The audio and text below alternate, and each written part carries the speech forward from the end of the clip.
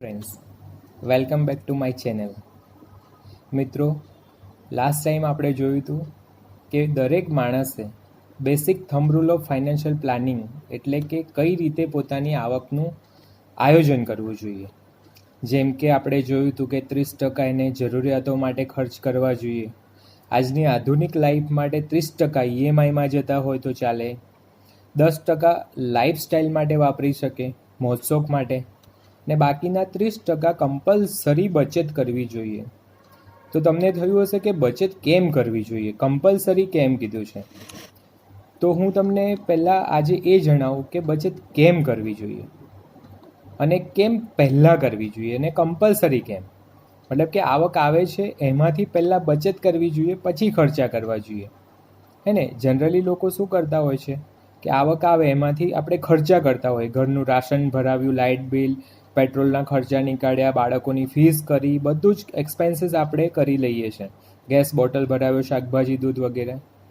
પરંતુ બચત કરવાની રહી જાય છે અને ખર્ચા પૂરા થતાં થતાં આપણા હાથમાં એટલા રૂપિયા વધતા જ નથી કે આપણે બચત કરી શકીએ.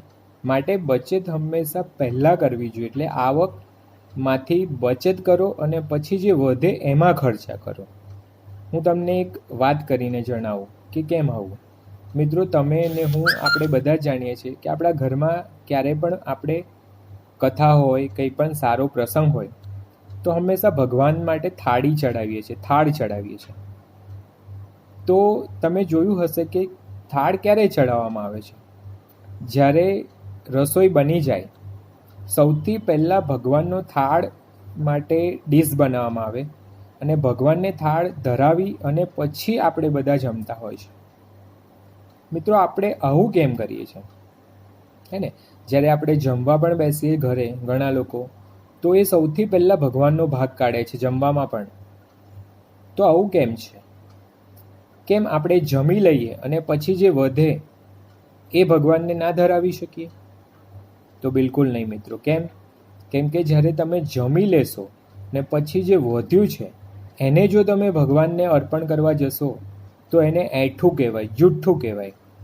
તો આપણે એઠું ભગવાનને નથી ધરાવતા. આપણે ભગવાનને શું ધરાવીએ છીએ? પહેલાં, એટલે કે ભોગ ધરાવવામાં આવે છે.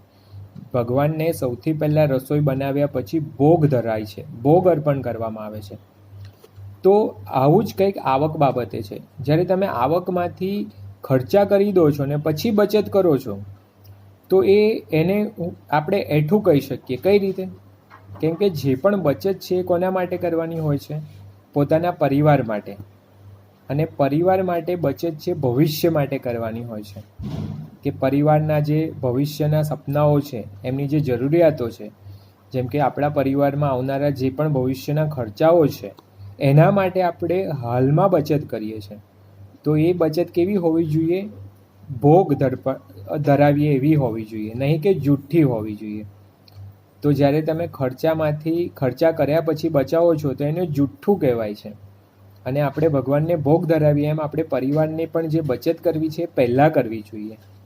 કેમ કે પરિવારના જે ભવિષ્યના ખર્ચાઓ આવશે, બાળકોના ઉચ્ચ અભ્યાસના ખર્ચા, તેમના લગ્નના ખર્ચા, સામાજિક પ્રસંગો, આપણા પોતાનું રિટાયરમેન્ટ આવશે, પરિવારની સુરક્ષા માટેના ખર્ચાઓ, આ બધી જરૂરિયાતો માટે જે બચત છે એ પહેલાં કરવી જોઈએ કોઈ પણ વ્યક્તિએ.